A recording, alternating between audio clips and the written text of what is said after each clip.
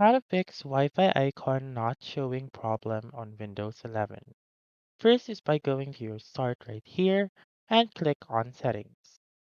Then, once you have done that, go to system and scroll down and look for troubleshoot.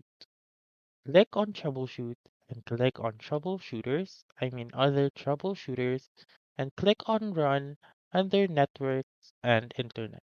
So this will take some time and then you should just patiently wait until the troubleshooter is done. And then take the necessary actions if you want to. And then you may go to network and internet right here, go to advanced network settings, and then click on disable right here.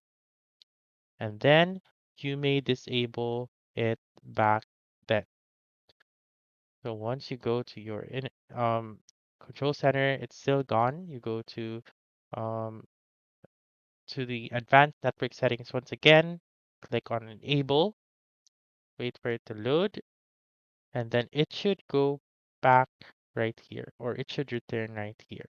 So there you go. That's how you can fix Wi-Fi icon not showing problem on Windows 11. So that's all for this video. Let me know in the comments section if this works out for you.